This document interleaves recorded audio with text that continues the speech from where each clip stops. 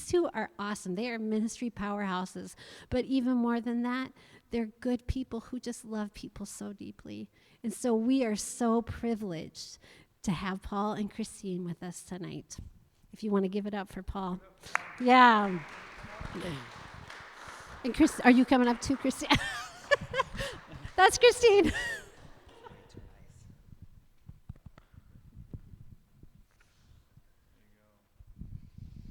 Hi. Paul. So we're just going to do an interview format. We did this. You're not on. Have I just been shouting? I said I was new here. Now we're good? Yeah. Maybe this won't make it to video because the audio will be really bad. Wow. It's like Monday, at 11 a.m. and people say, wow, it's been a long week already, and it's like a bad start. It feels like it's a rough start to the week, but we'll do better. So, hi. So sometimes what I like to do when we have missionaries in is do an interview, and so this gives us a chance to interact. And so I will admit I sent Paul the questions ahead of time, so he's been able to prepare. Unfortunately, because we don't have a screen, we can't see pictures of their family or where they do ministry, that kind of thing. But this gives us a chance to interact a little less formally, and also I've been given full permission from Christine to try to stump him with the tough question that's unplanned. So I've been cooking up some ideas to see. You were actually, what did I say? You were speaking at River of Life a few months ago, and I said something like you have to talk about missions, the effect of communism, COVID, raise funds, connect emotionally with people in 3 minutes or something like that. Yeah, it was like that was the assignment, and he did it. So anyway, that said, I'll stop talking and say, tell us about your family. Wife Christine of 25 years. Yeah, 25 years. And we met in that youth group in the basement of that church. And we still remember that first Wednesday night when she walked in the door, and that's another whole story. But God brought us together even in that time. And today we have twins, a boy and a girl. They're 19 years old and have spent most of their lives in Ukraine. We went there when they were 4 or 5 years old. And today Evan is going to college in Minneapolis, and Emma is going to University of Wisconsin-Milwaukee. And so we came back this year to drop them off and to kind of get them launched. And we're actually heading back in it's anywhere from 10 to 20 days. We're waiting on a visa to come in for us to get back to Kyiv. So that's our family of 4, and we'll be going back, and we'll see how long the umbilical cord stretches, right? I mean, it's right. 7,000 miles, and but we love Zoom, we'll put it that way. So stay close to the kids. Well, I think that 10 to 20 days? Yeah, that's a lot of missions. We're going to do it today or in a month or not, or in 6 months or maybe now. It's hard to plan stuff sometimes. You have to be really on your toes. So talk to us about why missions. How did you know you were called to go into missions? Yeah, it's interesting because that word call kind of gets thrown out a lot in church, and I think that it's a matter of each of us sensing God's leading in our lives, and that happens in a lot of different ways. And you can say, I've been called to this or called to that. Ultimately, it's a sense that God was guiding our hearts towards a certain task. And over time, we kind of figured out that it was to a certain place. And sometimes we see in Scripture, sometimes it's instantaneous, and sometimes it's progressive in our lives, or we just sense God saying something to us over and over again. And it's a little bit of both for Christine and I. I think in those high school years, we had gone on some of those missions trips. Yep. And really felt like, God, this is kind of something that I think you wired me for, you wired us for. And over time, we sensed, this is what God wants for us. Okay, so it took a while, it began to make sense. Yeah, it takes a while, and things kind of, how God kind of works in our lives where he guides us through circumstances, but also through our prayer time and other people, and all the pieces just come together. Yeah. I love asking missionaries about how they had that sense to go, because their stories are often very different from one another. And I think that opens up the door for us too, to begin to maybe put together some parts of our own story that maybe we've been wondering about what those things might mean. It might not mean we're called to go overseas, but God is likely has a place for you, a purpose for you, right? That's who he is. He puts you on the planet for a purpose. But sometimes it takes a while for any number of reasons to figure out what that is, our own fear, other circumstances. And so it's always great to hear how a missionary puts those things together, because that's a pretty bold step, right? To move across the country, across the world, into a country where you don't know, it's very unfamiliar. So let me ask you this next question. Isn't it scary to go do that? Yeah, I saw it on the list of questions that you sent to me, and I guess it was never scary for us. There's always this hesitancy and nervousness around the unknown. But what we've really found is that everybody, anywhere that we go in this world, are basically the same. We have the same types of desires and wants and hopes for our futures. And in all of that, it's not a matter of where you are, it's just a matter of connecting with people there. And we've come to really grow to love and connect with the people of Ukraine, and found a home with them more than a place. So, Right. yeah. So I'm gonna skip to this one. So one of my questions for Paul was, it's a long one. So my question is really about how U.S. and Russian relationships work, or not work. Because if you could sum all that up, right? Just sum up the communism and the Iron Curtain, all that stuff, in 30 seconds. So how does that affect what you do, though? How the U.S. relates to Russia? How and let me also ask if you could. Is our understanding of that stuff accurate, the average American, and can you make it accurate in 30 seconds? So as you go, so my question is, as you go from the U.S. to Russia, that's something, just that those differences in culture, but the political differences and all that stuff, how does that affect what you do? Yeah, so definitely the way people look at the world is different. Everybody's very much the same, but their ideology about the world is very different around the world. And part of the Russian mindset is imperialism, that they have a right to expand and to grow and to exist in a more influential way. And that is very similar to the United States. Sure. And so we have this clunking of heads that often happens between these world powers. And our country, Ukraine, is kind of in the middle of that. Majority of the Ukrainian people are very pro-West, pro-United States, because of a very, very difficult, long history between Ukraine and Russia. I mean, Ukraine is about the size and shape of Texas, so kind of think of it that way. About 40 million people. We live in the capital city of Kyiv, up in the top, so kind of like Dallas, about 6 million people. And for the last 5 years, we've been at war with Russia, which not a lot of people talk about or hear about. So we live in Kyiv, but there's the battleground, which you kind of think of like in Houston. It's in the eastern side where the war still happens. We lose somewhere around 14 Ukrainian soldiers a week right now still over the last 5 years. And it's just kind of a slow boil that continues on today. And that is just because of the pro-Western government that exists in Ukraine today. Sure. So how far is that from your home, that fighting? How far is that? It's hard to say, because in Wisconsin we go by how many hours it is to drive, right? Sure. And it does not work in Ukraine because the roads are so bad. Sure. But about 500 miles away. Okay. So I asked you if it was scary to go. Has that war created some moments that were scary for you guys? Yeah, I mean, there were some seasons that, there was a real question of whether or not Russia was going to take the entire country, which really it would take them about 36 hours in a military sense to take the entire country anytime they wanted to, but it would just be kind of a political nightmare for them, so they choose not to. Okay.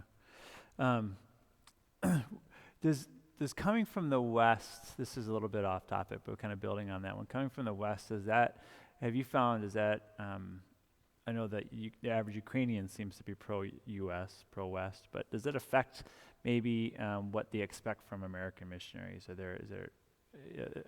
don't know if that makes any sense. Yeah, I mean, expectations of relationships is very different, and expectations of who we are. The view of every average American is that we have tons of money, And so, yeah, there's a little bit in that, but just the way that we interact with people. I can stand in the airport and I can watch people coming off of in Kyiv coming off of their flights, and I can tell you which ones are Americans and which ones aren't. Sure. And they can dress the same. It's the way we carry ourselves and the way that we look. And we often have this analogy between Americans and Ukrainians. So Americans are like peaches, right? So we're real soft on the outside. Our personality, like we'll meet for the first time, and I met a few of you, and we smile at each other and shake hands and greet each other. And we're real sweet even within those first few days. But most of us as Americans, we've got that pit, right? That hard part inside of us that we really don't let anybody else into, and we kind of hide. Ukrainians are like watermelons. Slavic people are like watermelons. So you meet them on the street, and you expect for them to like hate you. Right? They come across mean and angry and suspicious, and the Russian language is actually a little harsh. It always feels like somebody's yelling at you. Right. But if you can just break through that expectation on the outside, they are completely sweet, completely open to you, the most faithful of friends for a lifetime. So there's this weird sense of connecting with people, and once you do, they're family. Right. Yeah. So building on that, what are some other cultural differences that if we were to go to Ukraine, things that, or I guess maybe when teams come over, when new missionaries join you, what are the first things you say, okay, that you kind of warn people about or prepare for, help them prepare for the cultural changes or differences? What are the top couple things? It's very subtle. There's a million different things that we do in the United States that they would never do here. Like when you're walking down a row of people in an aisle, you turn towards them and not away from them. And if you turn away from them, that's very offensive. You go to a movie theater and everybody turns away. I mean, it's not something subtle from that. But there's a lot of little aspects of Americans are loud.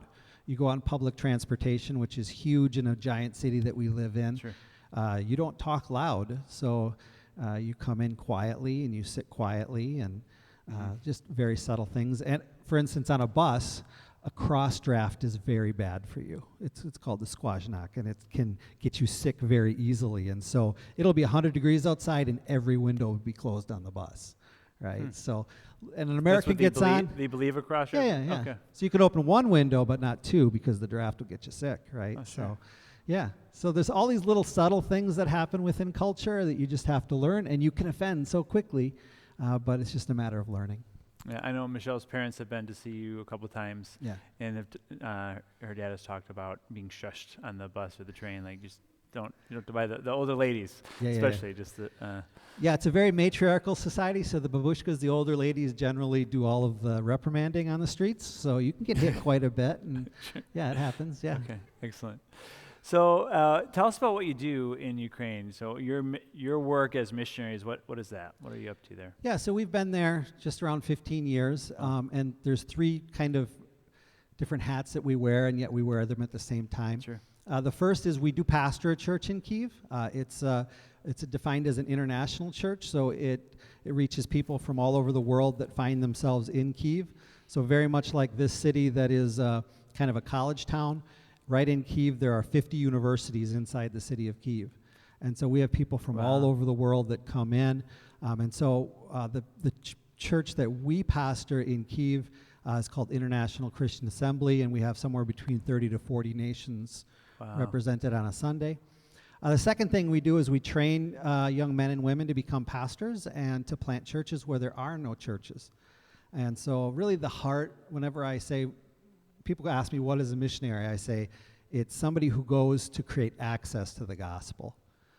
And so we raise up pastors to go to those places in Ukraine where there are no churches, where there's no access to the gospel, and really try to plant in those places.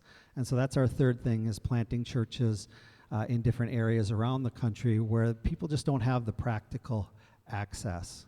I know that when I read through the Bible, I get to the end of the Bible and I see in the book of Revelations, not everybody is going to say yes, that here's the good news about Jesus. Right. But our heart is, let's just give them a chance. Right. Let's give them a chance to have access to those points. So you've been there 15 years. Do you feel like you've mastered the culture? Absolutely not. The affirming laugh from your wife? Yeah. No. Or the language for that matter. No. I mean, in English it takes 3,000 words to be fluent. In Russian it takes 20,000 words to be fluent. Wow. And Christine, how many ways of saying the word love? Like 49 different ways in saying the word love. Yeah. So yeah, I mean, language is such a huge part Right. of culture. And most of us speak out of a heart language, which is our first language. Mhm. And so the desire to connect with people on heart language is huge. Right. And so that we are going to be lifelong learners, and Right. that's the heart of it. So we have friends that have served all over the world, and the longer they serve, even sometimes after a 2-year kind of mission, in the Assemblies of God, we call it a missionary associate position, where you'd go for a 2-year role. But even those who go for a longer trip like that, 2 years, certainly those who do multiple terms like you guys have, they begin to, even though they're American, they begin to think and act, identify more strongly with their mission. So in your case, Ukraine. So let me ask you that. I mean, how Ukrainian do you think compared to how American, or do you even know? I don't think I know.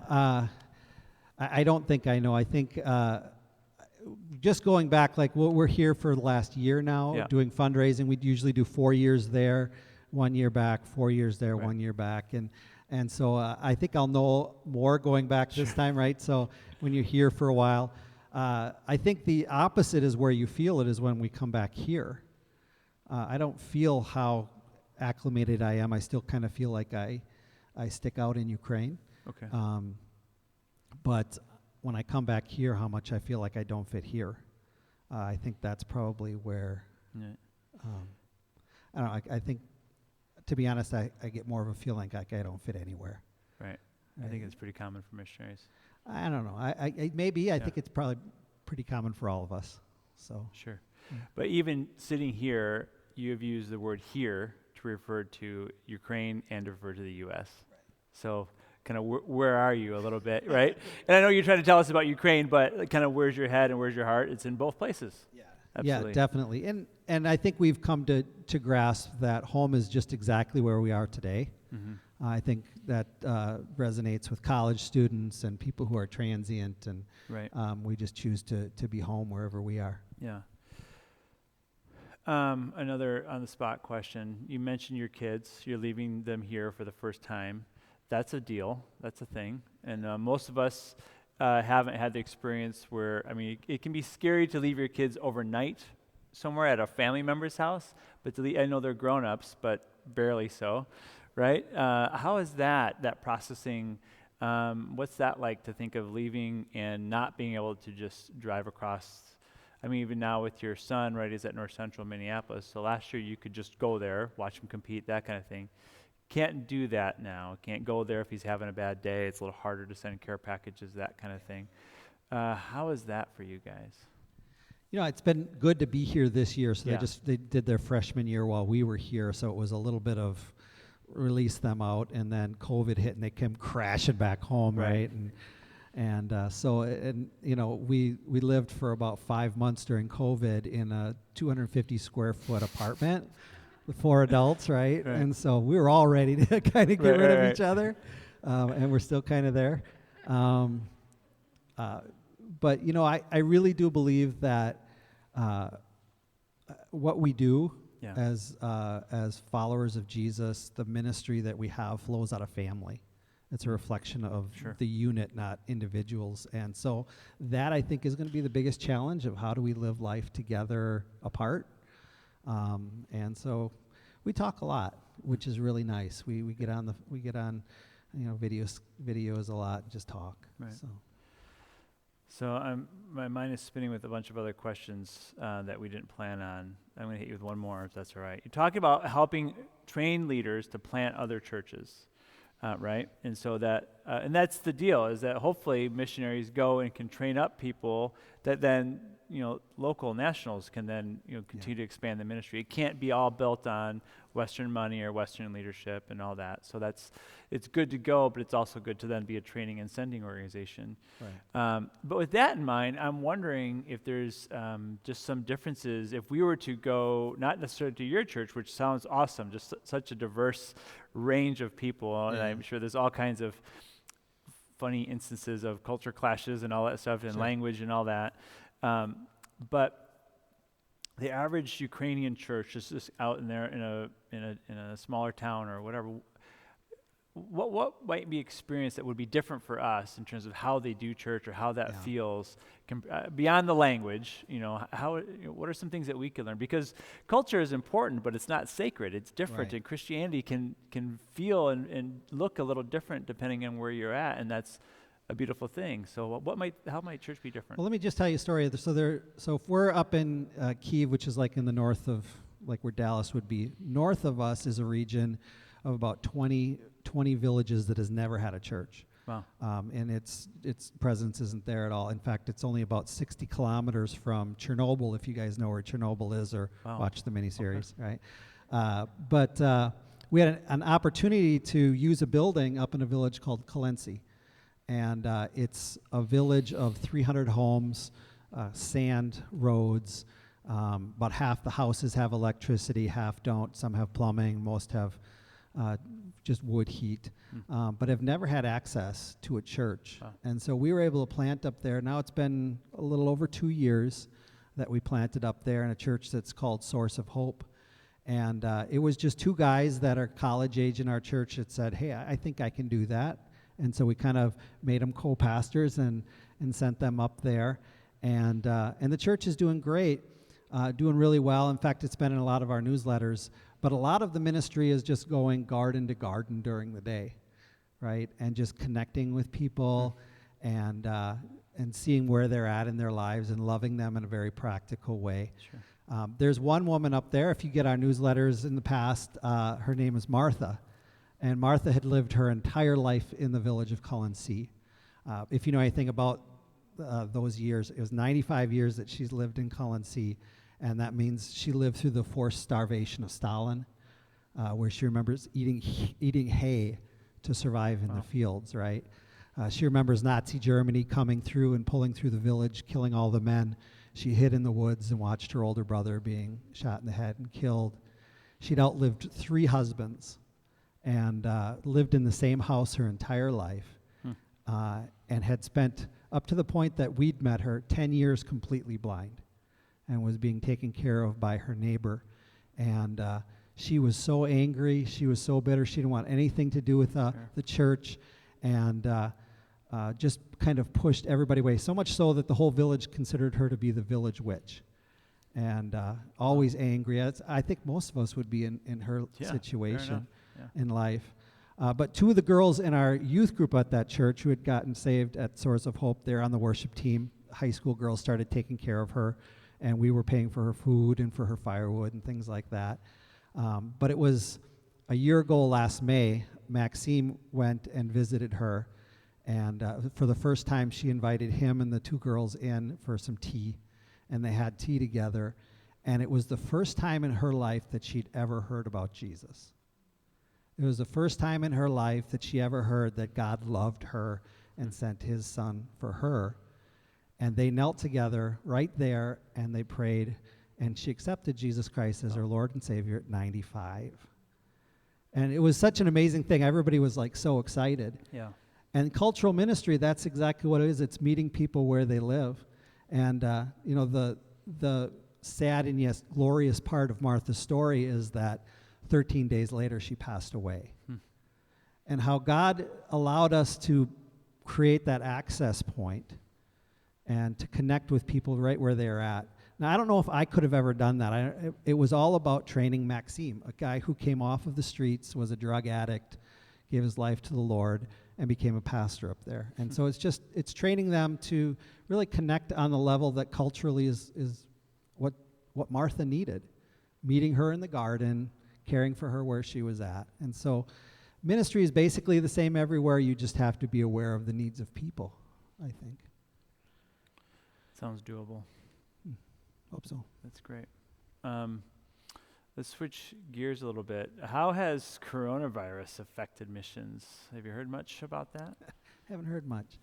We shut down our Heard of the church coronavirus? for about, very similar to the United States. So the church in Kyiv was shut down. The church in the villages, no movement from city to villages in Ukraine. So under communism, they had gates on every entrance to every village and every town, and they haven't moved in 30 years. But guess what? Coronavirus hits and all the gates came down, and so it's very, very similar to what we have here. Our church did reopen 2 weeks ago. We have to do register people to get them to come in. The village churches, for the most part, are still kind of meeting in gardens and trying to reconnect that way. So it's been definitely very challenging. So we're hopefully getting back somewhere around 10 days to 2 weeks from now, and we'll go back to most likely a quarantine and preparing. Their regulations change daily, so Sure. we'll see. Okay. But in terms of just our missionaries globally, has it had an impact? Is it similar to what you're experiencing in Ukraine or what's been going on there? Yeah, I mean, every country is basically different. Those individuals who have been in the country while it happened generally stay. It's better to stay, don't leave, right? But there have been some individuals, part of organizations, that have gotten the virus. Early on, it was a little more extreme, so they were put into,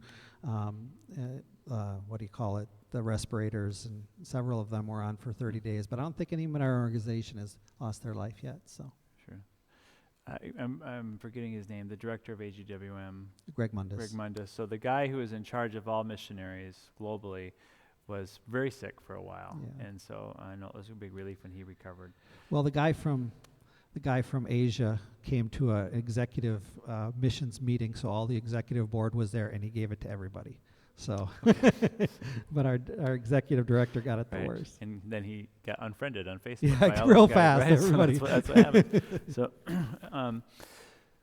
So, what if someone here wanted to know more about just pursuing missions? Maybe they've had this question and they're curious about it. Maybe not ready to make a full commitment to a lifetime, but how would they go? What would you tell them? Well, there's always next steps, and the next steps is, for most of us, is like we're the same person here that we are in Ukraine. Right, and so loving people and caring people for here is the first step, because it's kind of the tools that the person that you're going to be in another culture. Sometimes there's a thought is, I will be a missionary if I get on a plane and I go somewhere else, and you're just going to be the same person, only with different food, and jet lagged. Sure. But the first steps is just be really active in ministry here where you are and loving people. But we have some connection cards up on our desk, up where the soup is, I think. Right. Yep. And we can definitely connect you with opportunities worldwide, as well as lots of opportunities in Ukraine if you're interested. Sure. Hint, hint. There's limitless ministry opportunities and opportunities for all giftings. It used to be you think, you got to be a certain kind of person. I tell you what, exactly the giftings that you have are what the world needs.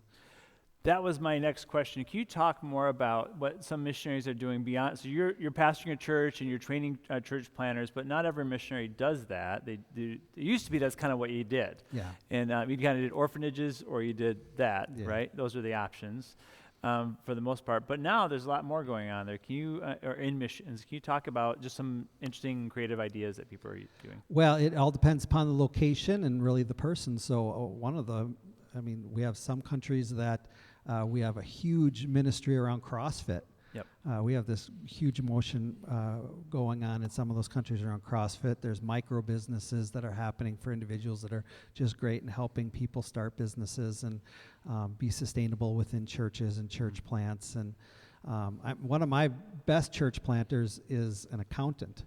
And he's a quiet guy, but once we planted him in the conflict zone, and the bomb started flying, he had a spreadsheet of every person in the town and every person, all the diapers that they needed, how much firewood they had. So when the UN would come in with all of their aid, they came to this young man who just was pastoring a church with a spreadsheet. Wow. And I never thought that he was going to be like this great, amazing speaker, pastor type, but man, he loved every person through his spreadsheet, and a super practical bean counter. Yeah. That's awesome. It is neat to hear of the ideas that people have, and basically what I'm seeing is people I know or people who know the people I know. There's people the things that they do here. They're just transferring that, and they're doing that in another country, or they're doing something they never would have done. I know of people that are doing CrossFit but didn't get into CrossFit, so they got to India or wherever, and they start doing it, and now that provides an opportunity to connect with people, to meet people, and then share the love of Jesus with them.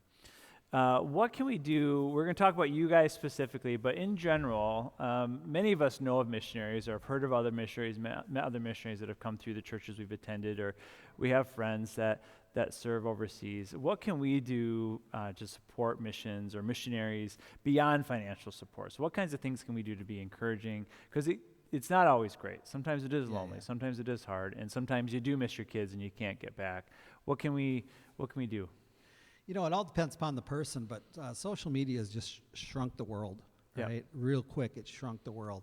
And just an encouraging word is so important. Connecting with people and the really practical little things. I know when we first got to Ukraine, there was not much access at all to anything Western. And we had somebody send us the powdered cheese packet from Mac and Cheese, because we could get noodles, but you don't get that powdered cheese, right? They just sent us a packet of cheese, and we loved that packet of cheese. We really did. We felt that's my love language, right?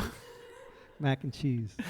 Mac and cheese. I knew we had some friends that the first time they were going overseas, they were getting their shipping container ready, and they had like a suitcase full of ketchup, because he loved ketchup and they couldn't get it. Yeah, so they paid a lot of money to supply themselves with ketchup for a while. For most, it's peanut butter. So you can't really get good peanut butter around the world. But peanut butter is so heavy to ship. You really have to love somebody to ship on peanut butter. Right. It's It's $100 jar of peanut butter. It's like $100 jar of peanut butter. Well, and I know that one of the shocks for missionaries when they come back from overseas is the amount of choices you have. You go into the grocery store and there's 50 different kinds of peanut butter, and you're used to, the Stalin-approved peanut butter, and that's it. There's not the options over there. I remember coming home. Our kids were 8 years old, and we went to the grocery store, and there was an entire aisle, like from here to the glass back there, of just cereal. Yeah. And we told them, both of you can choose your own cereal. We were there for like 45 minutes. That's a big choice. Evan was just turning them around and looking at them like. Yeah. Well, that's about how long it takes me to order now, too, so I understand that.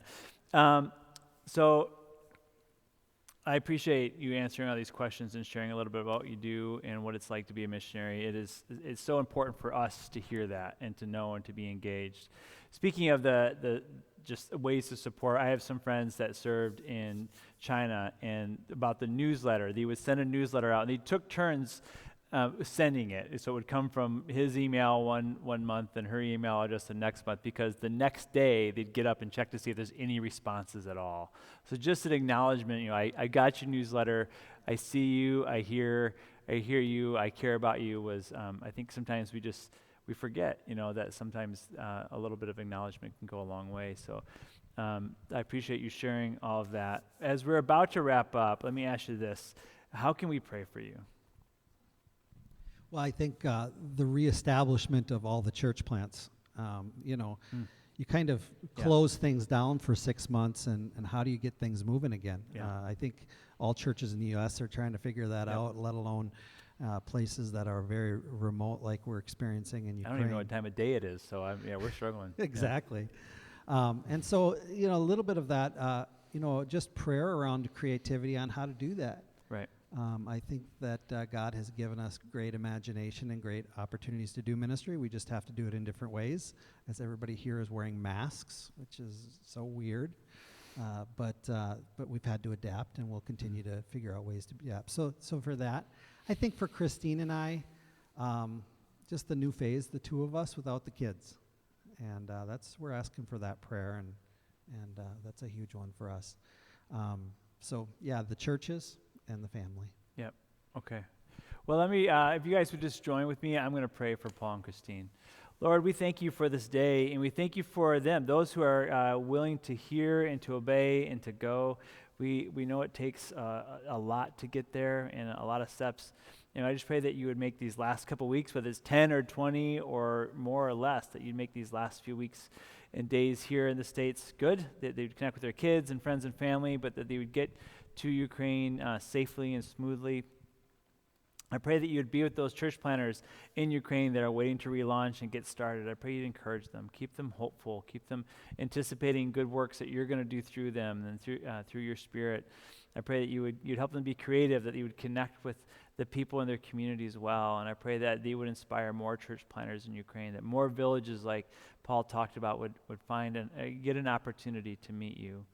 So please be with them as they reopen their church, and that these small village churches would open smoothly, and they would continue to connect with people and share you with them. And I pray that you'd be with their kids. They're going to be here a long way from their folks, and at the moment they may be excited to be out of their apartment, but that can be scary and lonely at times too. So I pray you'd keep them safe emotionally and spiritually and physically, that they would find good support systems around them where they're at here, that Paul and Christine can trust that and trust you to care for their kids, but you'd also help them to connect and stay connected even though they're going to be a long way from one another.